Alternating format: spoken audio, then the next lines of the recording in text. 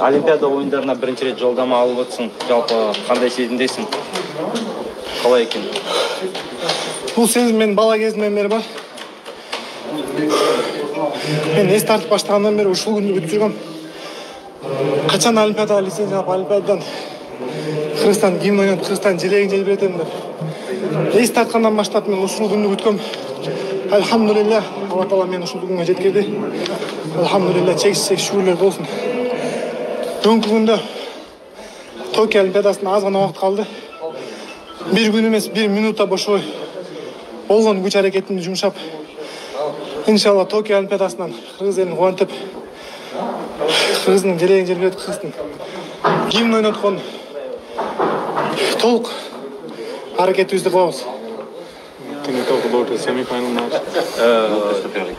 First of all, he answered for this question. Okay. Қайтадан жартылай финалдық белдесу қалай еді сен үшін? Юрий үшін. Some big news.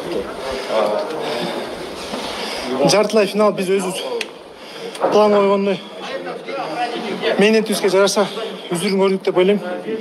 Мен ойлойм бул менин чоң күрөштө алгачкы кадамдарын ойлойм. Кудай буйрса жеңиштердин башталышы.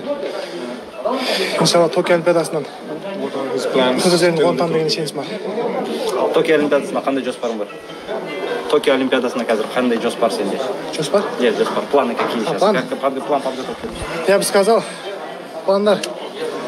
Майрембек Ахмедов, мен личный тренерим бүгүнкү күндө. Бул жерде жок болсо да менин жүрөгүмдө ар бир схватканын алдында биз чалышып, сүйлөшүп, агай алыста турса да мага дем күч берди.